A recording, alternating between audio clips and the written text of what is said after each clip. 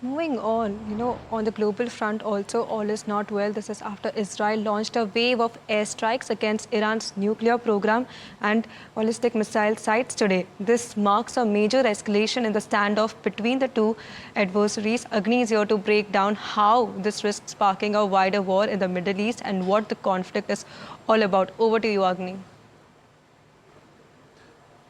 Right. So we know that Iran and Israel are having a conflict right now. So it began with Israel launching an airstrike against Iran. Now Israel says that the strike is against Iran's nuclear program and ballistic missile sites. The explosions were heard across Tehran, which is the capital of Iran, and in the city of Natanz, which is around 300 kilometers away from Tehran. Now Israel also says that it has targeted Iran's nuclear scientists and generals, so individuals have been targeted. And Israel's Prime Minister Benjamin Netanyahu has said that the strikes will continue for as many days as it takes to remove the threat. Now, if you see, this is a map of Iran's oil and gas natural resources that you just saw, and Israel's PM is also saying that they have struck the heart of Iran's nuclear enrichment program. Why this is a big deal, we'll circle back to that. But as of now, Iran's state TV says that Hossein Salami, the head of the Islamic Revolutionary Guard Corps,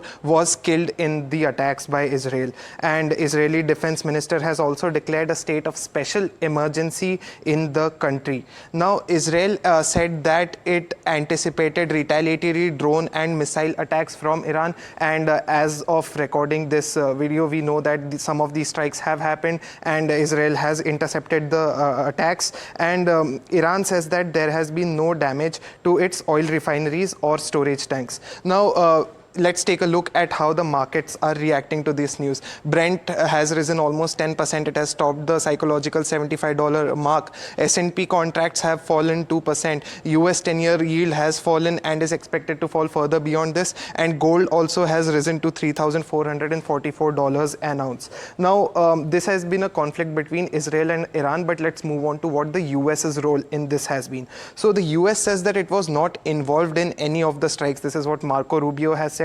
But Iran is claiming that none of this could have happened without US's active support. Now, US has warned Iran against targeting American interests or personnel in retaliation. Remember, a lot of US interests lie in the region, and it's a very complicated situation for the global power right now. Trump has also said previously that he didn't want Israel to attack Iran, and that the US was committed to a diplomatic resolution of the nuclear issue. Now, moving on, we know that American negotiators were also in Oman to discuss the limits of Iran's nuclear program with Irani officials. So as of now, airspace in Israel has been closed until further notice, and Iran has also halted operations at its main airport in Tehran. Now, let's look at what we said would be the bone of contention. So the bone of contention lies in Iran's nuclear program. It has significantly expanded its uranium enrichment program since 2019. Remember, there used to be a treaty with the US under Barack Obama, where they had said that they would limit their uranium project expansion, but Trump withdrew it from the treaty in his first term. And now in his second term, the treaty has not been able to reworked according to the US's strategies. Now, Iran insists that its atomic activities are for peaceful and civilian purposes, and Trump's efforts to forge a new deal since then have not made much of a progress. But what we know is that both Israel and US say that Iran must not be allowed to enrich its uranium, which is a core process involved in making weapons of mass destruction, while Iran says that it must retain the right to do so. However, we know that on June 12, which is yesterday, Iran said that it would inaugurate a new uranium enrichment facility. And this was after the UN's International Atomic Agency, which is the UN's atomic watchdog, said that Iran wasn't complying with international obligations. Now, let's pull up a map of what Iran's nuclear program looks like. If there is a map, then we'll take you through that. But as of now, let's focus on what the wider history of the whole complicated Iran-Israel conflict is. So Iran and Israel have been locked in shadow war for decades. Remember, it's a very complicated area. There are a lot of interest and proxy wars, shadow wars happening all the time. Iran doesn't recognize Israel as a state, and we know that Iran has been accused of using proxy forces such as Hezbollah in Lebanon, Hamas in Gaza, and the Houthis in Yemen to attack Israel. I'm sorry. And remember, Iran's backing of the Hamas in Gaza was one of the main reasons why Israel carried out the entire genocide of the Gaza Strip that has been unfolding over the last year and a half. And we also know that Israel has been accused of being behind a series of assassinations and covert attacks on Iranians, and many of them have targeted their nuclear scientists. Between recording this video, there have been a lot of updates.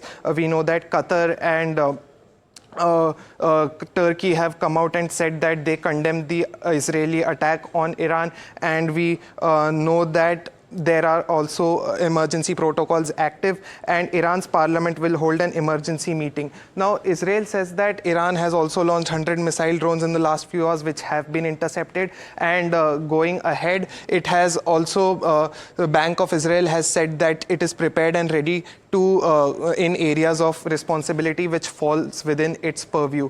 US atomic watchdog, which we referred to earlier, has also said that there has been no increase in radiation from Iran's Natanz site. Remember, that was a nuclear site, and apparently nothing has been breached. So Turkish ruling party has also condemned Israel's attack on Iran, and as of now we are standing on very shaky territory. Remember, this is a politically hot and important location for global trade. The Strait of Hormuz, Suez Canal, everything is right there. So this is something that global investors should definitely be on top of.